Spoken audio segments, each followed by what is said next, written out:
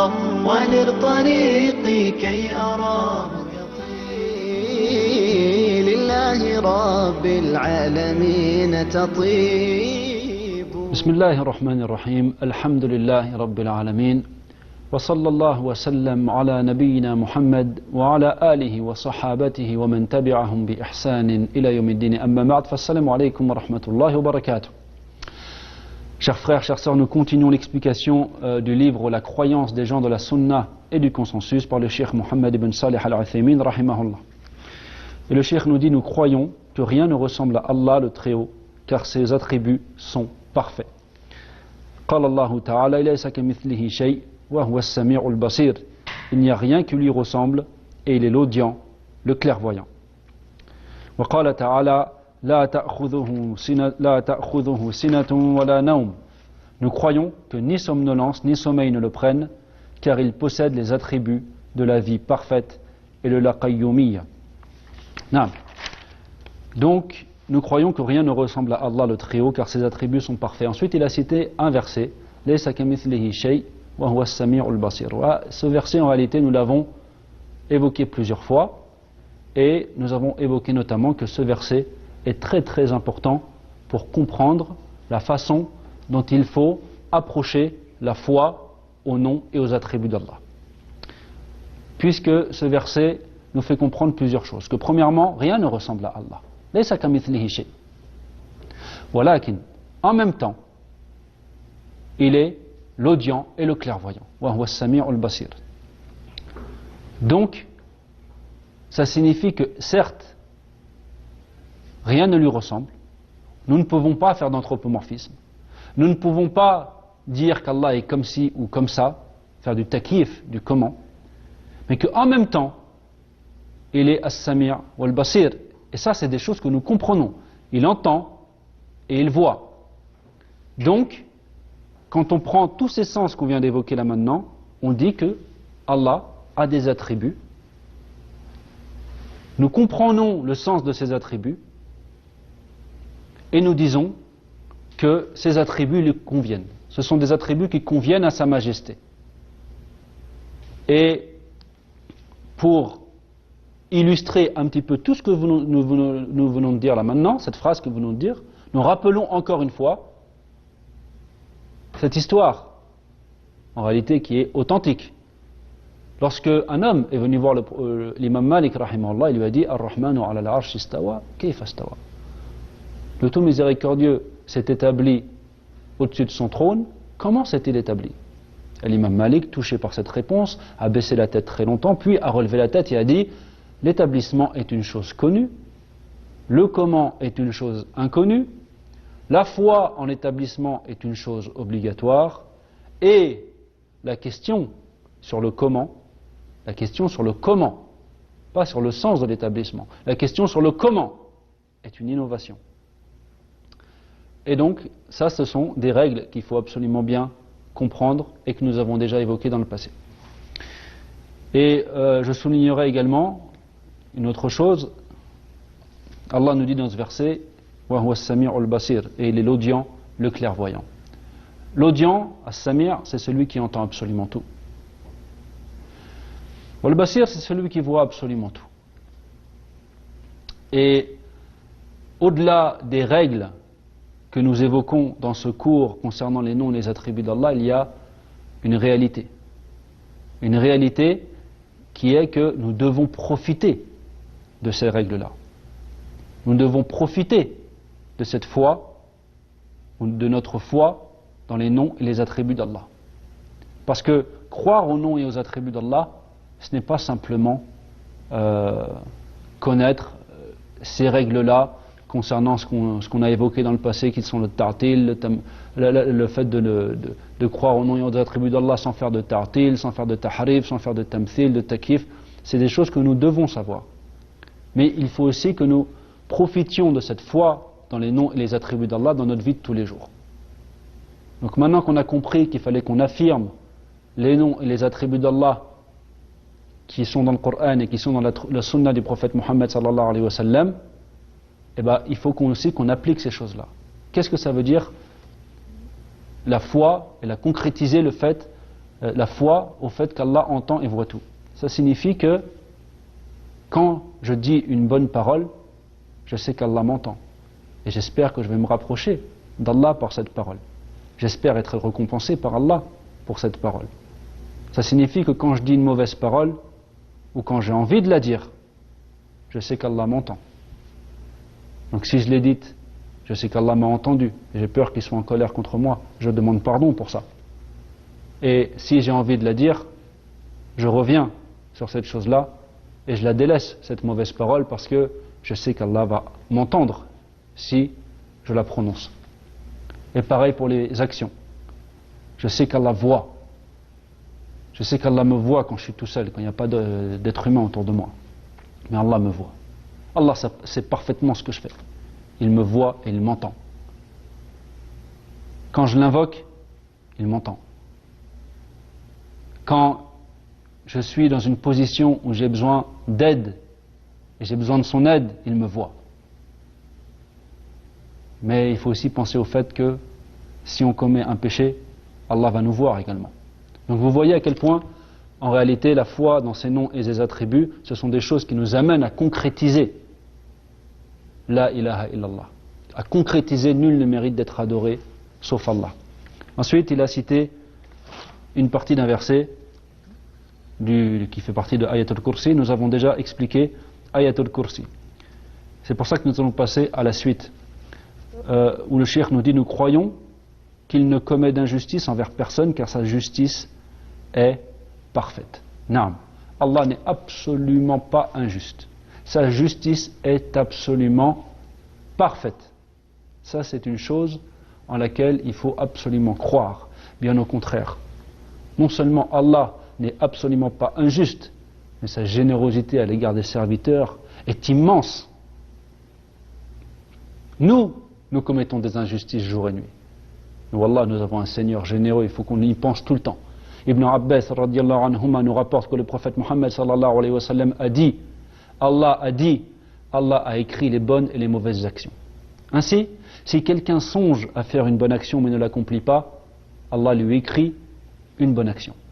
Et si il songe à faire une bonne action et l'accomplit, Allah lui écrit 10 à 700 récompenses et plus encore. Et si il songe à faire une mauvaise action, mais qu'il l'abandonne pour Allah, Allah lui écrit une bonne action. Et si il songe à faire une mauvaise action, puis l'accomplit, une seule mauvaise action lui est inscrite. C'est un hadith authentique. Regardez la justice d'Allah et sa générosité. La personne va commettre une mauvaise action, c'est une seule mauvaise action qui s'est inscrite. La personne va faire une bonne action, de 10 à 700, ou plus encore. Allahu Akbar. Tu pensais à faire une mauvaise action. Tu t'es dit, subhanallah, c'est pas bien. Allah n'aime pas. Allah ne veut pas que je fasse ça. Je risque la colère d'Allah. Tu l'abandonnes pour Rabb al-Alamin. Allah t'écrit une bonne action. Tu voulais faire une bonne action, mais tu l'as pas fait. Une bonne action. Regarde cette justice. Médite sur cette justice. Et ça doit aussi nous donner envie d'œuvrer. Et dans une version du hadith rapporté par Muslim, et Allah ne châtiera que celui qui se détruit lui-même. Non. Pourquoi? Parce que regardez, tu fais une bonne action, c'est multiplié minimum 10 fois. Tu fais une mauvaise action, une seule fois. Qu'est-ce qu'on attend? Qu'est-ce qu'on attend? Tu lis le Coran, pour chaque lettre, tu as 10 récompenses. Tu lis le Coran pendant une demi-heure, tu vas lire combien de lettres? Combien de milliers de hasanat tu vas gagner? Il faut qu'on y pense aujourd'hui. Wallah, il y a un jour, il va y avoir une balance. D'un côté les bonnes, d'un côté les mauvaises. Ça sera le paradis ou l'enfer en fonction de ça. Il faut qu'on y pense. Il faut qu'on y pense. C'est des réalités. Ce sont des réalités. Ce sont des choses qui vont se produire réellement. Et wallah, aujourd'hui, on est confronté à commettre des péchés encore peut-être plus qu'avant. Parce que cette facilité est à un point immense. Mais en même temps, les bonnes actions aussi sont facilitées à un grand point. Il faut qu'on s'en rende compte. Car si, à l'époque, peut-être il y avait moins d'occasions de commettre des péchés. Aujourd'hui, on a le portable, Allah al-Musta'an. Aujourd'hui, il y a ci, il y a ça. Tu sors dans la rue, Allah al-Musta'an. D'accord. Mais dans le portable, il y a aussi des mushaf. Avant, ils n'avaient pas tous un mushaf.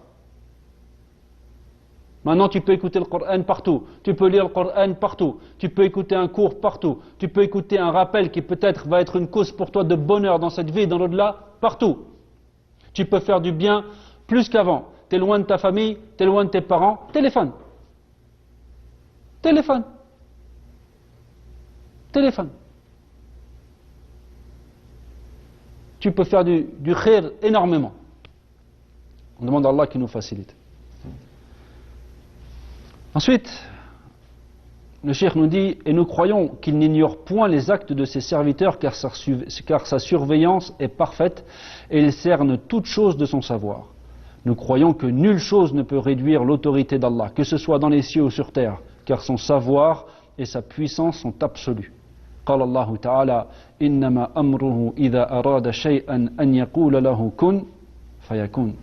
Et son commandement, lorsqu'il veut une chose, consiste à dire soit, et cela est. Et aucune fatigue ni épuisement ne peuvent l'atteindre, car sa force est totale.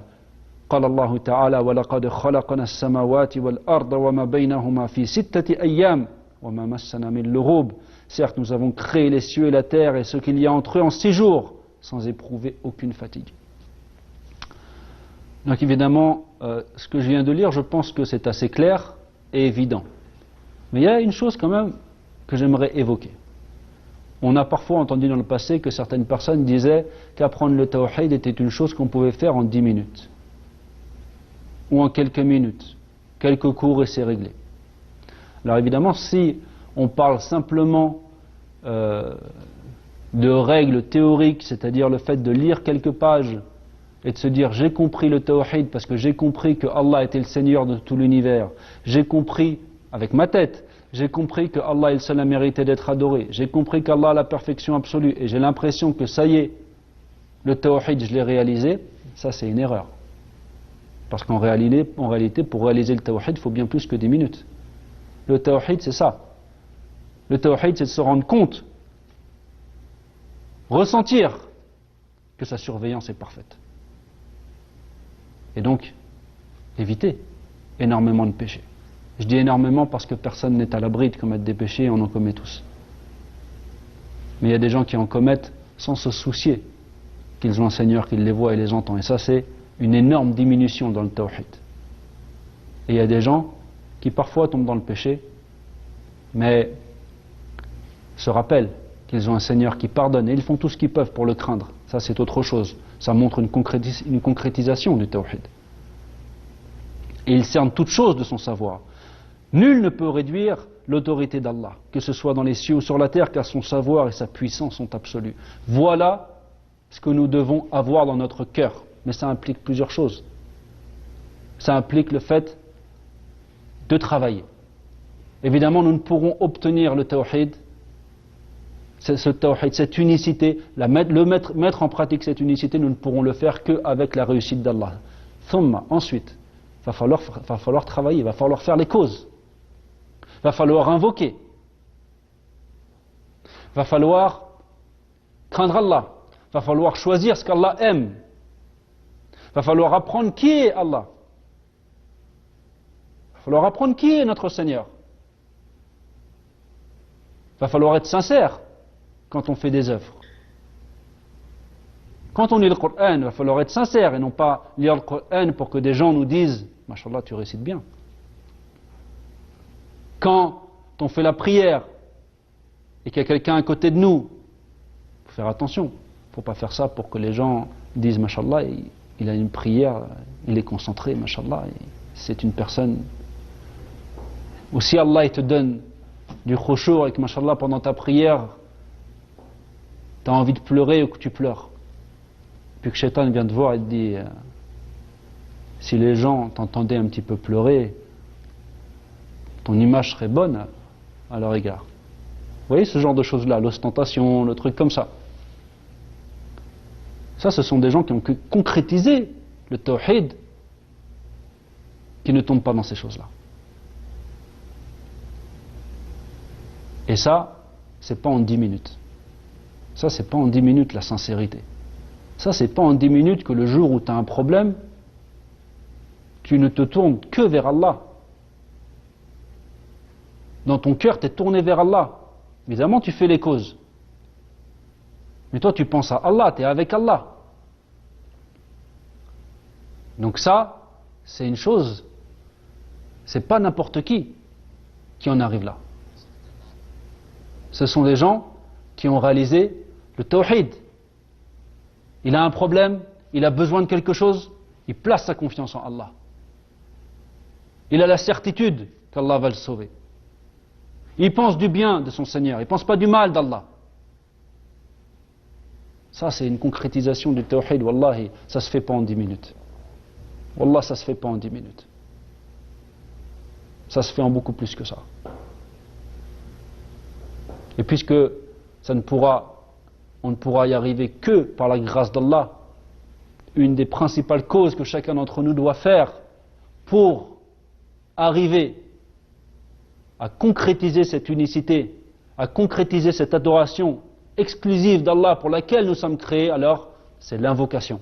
Nous devons nous tourner vers Allah et nous dire Ya Rab, on demande à Allah qu'il nous purifie, qu'il nous guide, qu'il nous enseigne, qu'il nous permette de le craindre, de l'espérer, de l'aimer comme il faut. Ça, c'est des choses importantes. Et c'était une petite parenthèse que je voulais faire à ce sujet. Deuxième parenthèse au sujet du verset qui a été cité ici. وَلَقَدْ خَلَقْنَا السَّمَاوَاتِ وَالْأَرْضَ وَمَا بَيْنَهُمَا فِي سِتَّةِ أَيَّامٍ وَمَا مَسَّنَا مِن لُغُوبٍ. Certes, nous avons créé les cieux et la terre en 6 jours, sans éprouver aucune lassitude. Là, cette petite parenthèse, j'aimerais la faire et m'adresser. Alors, je ne sais pas s'il y a des chrétiens qui regardent cette émission, c'est possible. Si parmi les gens qui regardent, vous connaissez des chrétiens, eh bien transmettez-leur ce message que je m'apprête à faire, ou faites-leur écouter ce passage que je vais dire là maintenant, à savoir, dans ce verset, Allah nie le fait qu'il se fatigue. Donc Allah ne se fatigue pas.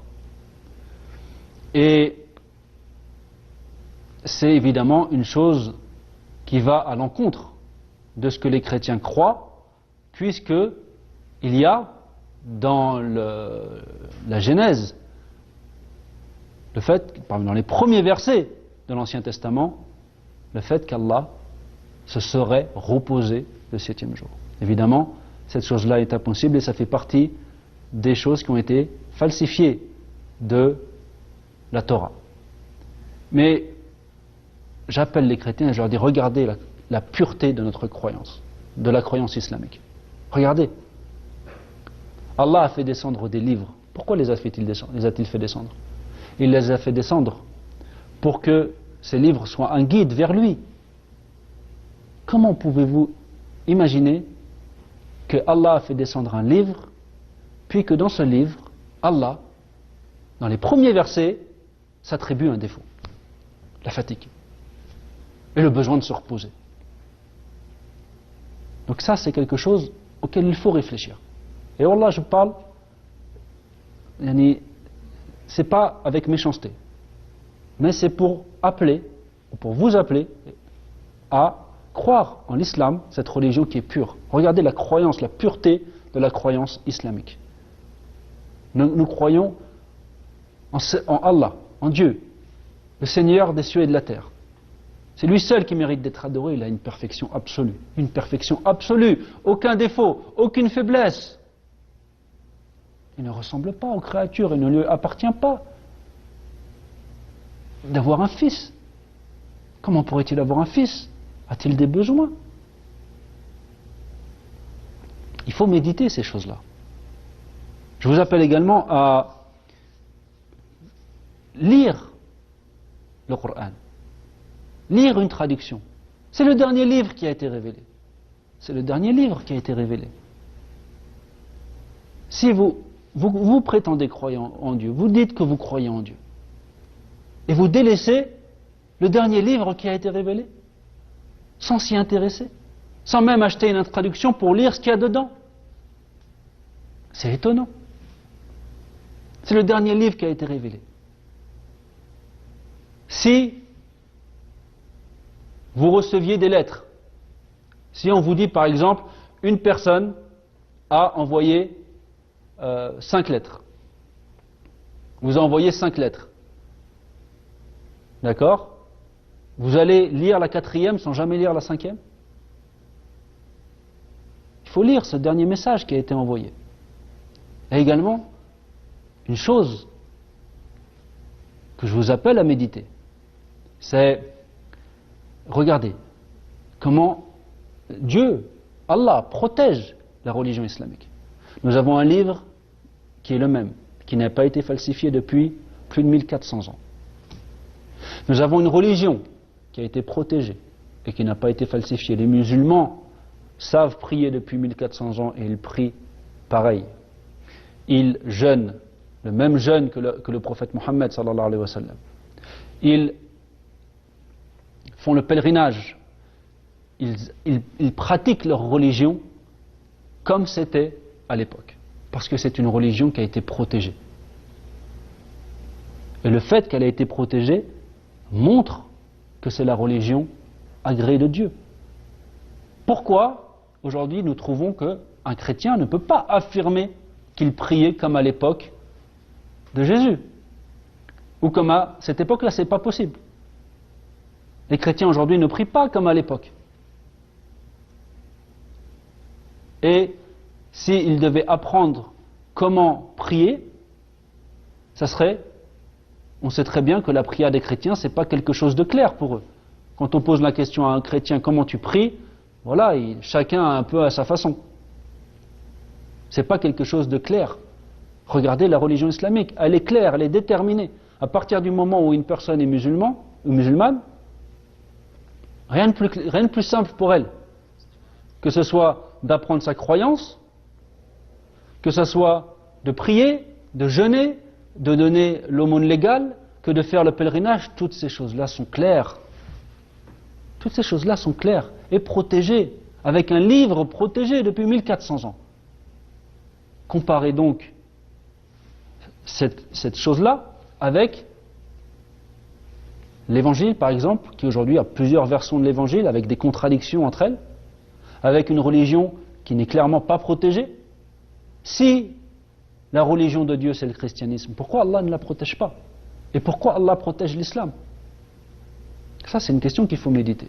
Deuxième question que j'appelle les chrétiens à méditer, c'est à chaque fois que les musulmans s'accrochent à leur religion, à chaque fois que les musulmans pratiquent leur religion, Dieu les secourt. Ça, c'est une chose, c'est une question. Et j'appelle vraiment les gens, donc évidemment, particulièrement les chrétiens, s'il y en a qui me regardent, ou j'envoie ce message par le biais des musulmans qui me regardent aux chrétiens. Dieu secourt les musulmans à chaque fois que les musulmans pratiquent leur religion correctement. Et il les secourt, y compris contre les chrétiens. Pourquoi? Pourquoi? Donc, quand on met tout ça ensemble, qu'est-ce qu'on voit? On voit qu'on a l'islam d'un côté, qui est une religion claire, qui est une religion pure, une croyance qui convient à la nature, une religion qui est protégée, une religion qui est secourue, une religion dont les membres, quand ils pratiquent correctement l'islam, sont secourus. Et d'un autre côté, on a une religion qui n'est pas claire. On a des pratiques qui évoluent tout le temps et qui ne sont pas claires non plus. On a une religion qui n'est pas secourue.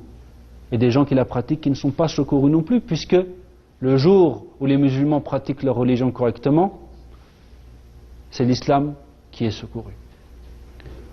Évidemment, ce message que je donne ici, ce n'est absolument pas dans le but d'être agressif.